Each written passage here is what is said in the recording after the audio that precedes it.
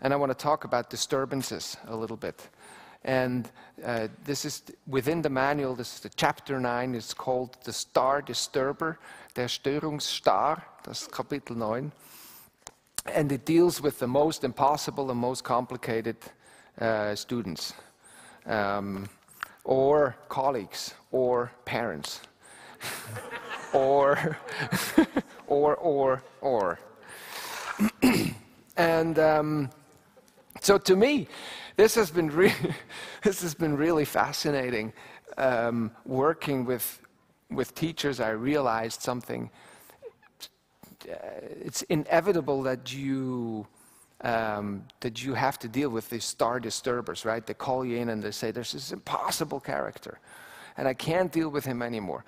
And then it's interesting if you go then into the school and you talk to the teacher, and there's an interesting, I observed some things that repeated themselves around these star disturbers when you talk about them.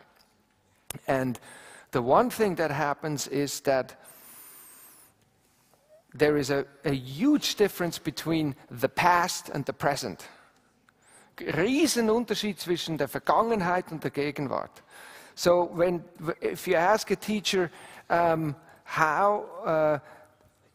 me a little bit about the most complicated students you've had to deal with. When it's happening right now, but then something else happens, which is also very interesting, and usually something like that happens, that the first reaction is, ugh. I just can't anymore. I can't. It's over, like something like that. And then I say, well, what is going on? Like, what is that star disturber doing? And then the next fascinating thing happens.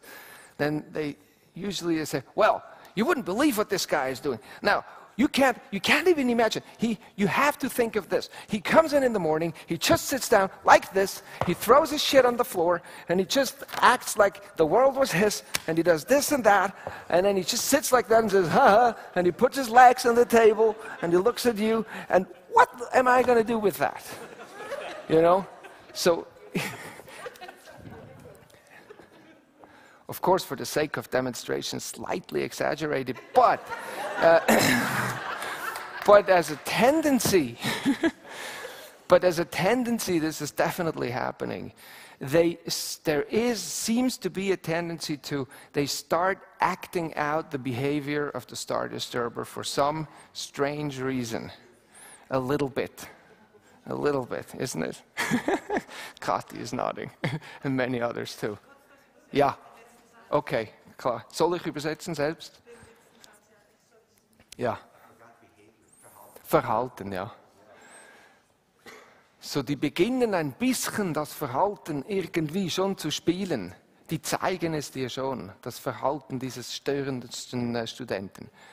Und so, das ist sehr interessant. That's very fascinating. Why is that? Warum ist das? Warum machen die das so? Und those of you who studied psychology a little bit, of course, we have an idea about that, right? Yes, she is doing this to you, obviously. If you do it yourself, you notice there's energy and pleasure in that part. Mm-hmm. Huh? So now the question for you would be, what do you think in your life, or maybe even in the relationship with that person, how could you use a little bit more of this? Mm-hmm. Mm-hmm.